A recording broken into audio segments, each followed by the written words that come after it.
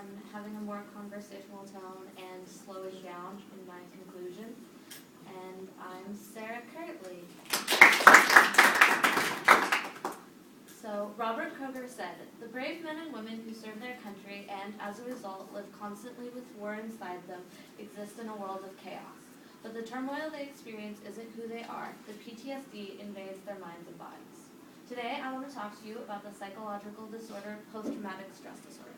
Now, I'm sure many of you are wondering why you should care about this disorder. According to the results of your SurveyMonkey survey, over half of you know somebody who has been through the type of traumatic experience that can lead to PTSD, and over 3/4 of you know somebody who has been in the military, which is one of the most common ways people develop PTSD. As a psychology major, I've read many articles and been to many lectures about PTSD, including a lecture given by somebody personally suffering with PTSD. So today, I want to inform you about the causes, the symptoms, and the treatments of PTSD in the hopes that you will better understand this disease. So let's begin with the causes. Psych Central, a website which is run by psychologists and psychiatrists, describes PTSD in its simplest form as an experience with overwhelming trauma which the mind is not able to properly process. This involves two different areas of the brain, the amygdala and the hippocampus, which are on the structure behind me. So the hippocampus is your fear center of your brain, which controls your fight or flight response, which I'm sure many of you have learned about in science classes in college. So in a person suffering from post-traumatic stress disorder, their amygdala is hyperactive, which means that their fear center is constantly turned on even though the things around them aren't actually supposed to trigger their fear response. On the other side of it, your hippocampus is involved in memory formation. So in a person with PTSD, there is less volume in their hippocampus, which means they have trouble forming new memories after their experience with PTSD. A couple of the things that can lead to the development of PTSD involve the pre-traumatic experience as well as the post-traumatic experience. So let's take, for example, a girl who is raped. If before her rape she is already suffering from low self-esteem problems, she is more likely to develop PTSD after being raped. And if after her traumatic experience, her family and friends treat her as though she's dirty or broken or something is wrong with her, she is also more likely to develop PTSD than somebody who has a real support system around her after a traumatic experience. So what does PTSD look like symptom-wise? According to the Mayo Clinic, one of the most renowned medical facilities in the country, there are 3 different types of symptoms that have to do with PTSD. The first are called intrusive memories. These are flashbacks and disturbing dreams that go back to the traumatic event that people experience from a daily to a weekly basis. The next type of symptom is numbing or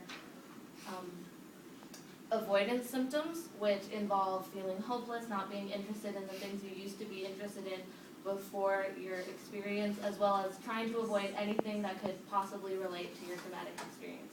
And lastly, and perhaps the ones most people have heard of, is anxiety symptoms, which involve feeling angry, feeling guilty, having a complete change in your personality overall, as well as, if the disease progresses enough, hallucinating or hearing things that aren't there. According to the journal Current Opinions in Psychiatry, people who are suffering from PTSD often have more violent behaviors than they did beforehand, which is often what causes their family to seek treatment for them. So what are the different types of treatment for PTSD? According to the Cleveland Clinic, most people seek therapy or medication, and there are 3 types of therapies that have been proven to help with PTSD, as well as 2 different types of medication that have helped. The 3 types of therapy are exposure therapy, which involves talking about your negative memories along with positive memories in the hopes that you will desensitize yourself to the negative memories and they won't feel so bad anymore. There's cognitive behavioral therapy, which involves just talking out the negative experience with a therapist in the hopes that they can help you move on. And most commonly, there's group therapy, where you sit with other people who have been through the same type of experience, and everybody talks about their own experience, and everybody helps themselves move on from what happened to them. The 2 types of medication that are most commonly used are anti-anxiety and antidepressant medications, such as Prozac, Zoloft, and Paxil. And these are best used in use with therapy, as that's the best way to treat PTSD. So, many of you know people who are possibly going to have PTSD someday because they've been in a war zone or they've been through some kind of traumatic experience. Hopefully my speech today, by going over the causes, the symptoms, and the treatments of PTSD, has helped you learn more about it. The people suffering from PTSD are constantly living in a war zone and in a zone of chaos. And I wanted to help you all today understand what it is people suffering with PTSD go through every day and what they personally are experiencing and the ways that they can be helped with their disease. Thank you.